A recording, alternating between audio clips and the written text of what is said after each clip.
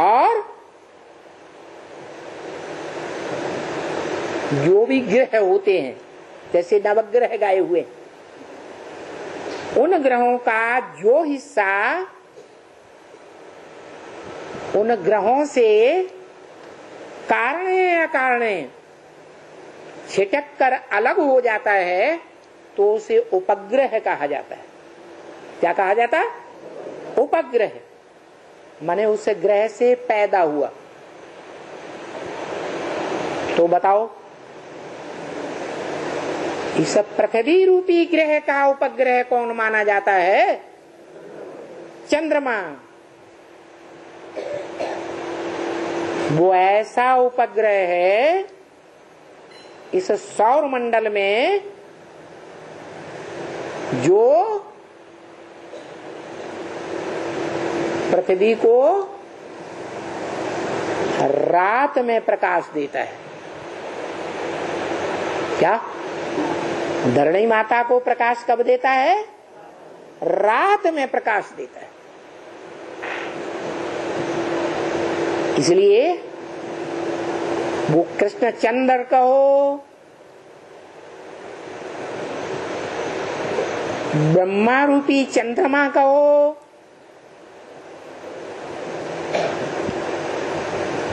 वो चंद्रमा वाली आत्मा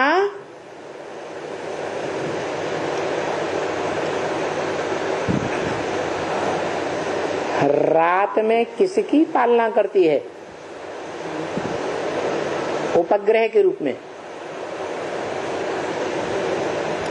है। पृथ्वी के सभी प्राणी मात्र की पालना करती है या नहीं करती है? है? सबकी पालना करती है, लेकिन स्वयं अंधेरी रात्र में है तो पृथ्वी रूपी रंगमंच पर अज्ञान का अंधेरा हो जाता है। मोस्टली सभी प्राणी सो जाते हैं अज्ञान की नींद में।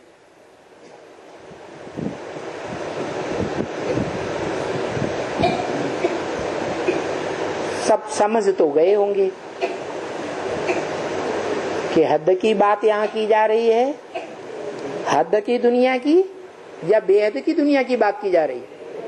हद की दुनिया का सिर्फ उदाहरण है,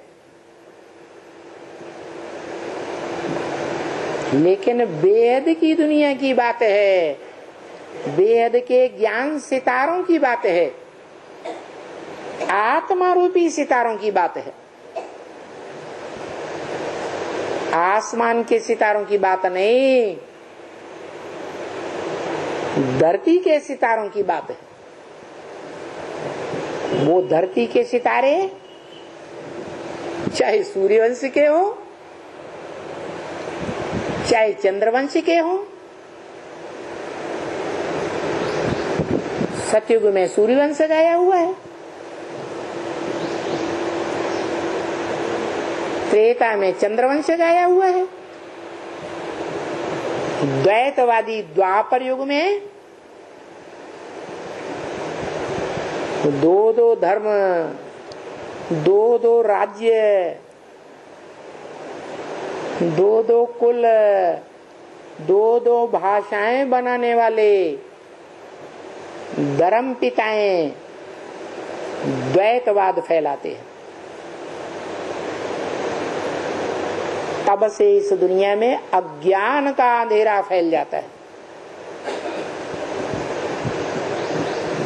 और शास्त्रों में उसे ब्रह्मा की रात गाई हुई। क्या? ब्रह्मा की रात होती है तो उस रात में जो विधर्मी सितारे हैं, विदेशी सितारे हैं, वो अपने को प्रत्यक्ष करते हैं। जब भी ज्ञान सुनाएंगे तो ऐसे अहंकार में आकर ज्ञान सुनाएंगे कि ये ज्ञान मेरा है। तुमको किसने दिया? वो प्रैक्टिकल बात नहीं बताएंगे।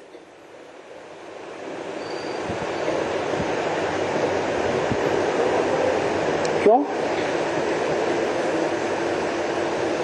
क्योंकि वो बाप को पहचानते ही नहीं। उन रात के सितारों ने कभी भी सूर्य को देखा ही नहीं, अनुभव ही नहीं किया, तो दूसरों को परिचय कहां से देंगे?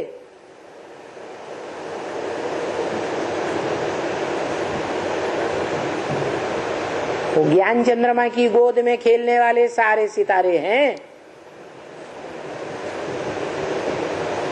जो हैं तो धरती के सितारे,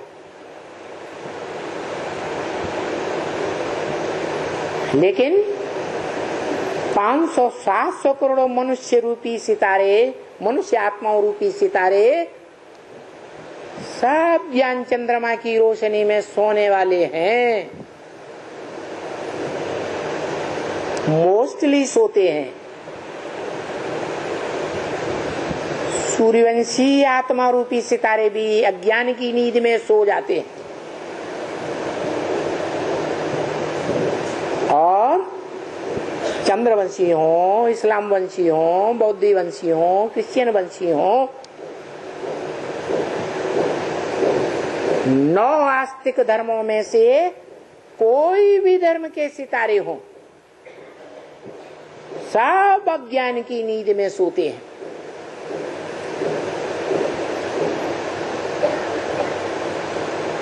और नंबरवार जागते हैं।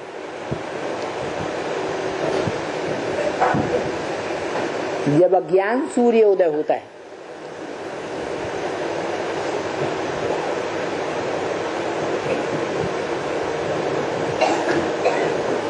ज्ञान सूर्य उदय होता है,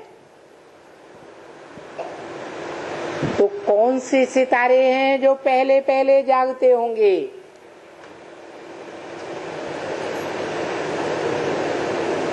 है वही सितारे हैं जो समूची मानवीय सृष्टि के पूर्वज कहे जाते हैं। पूर्व माने पहले, ज माने जन्म लेने वाले। कौन? जो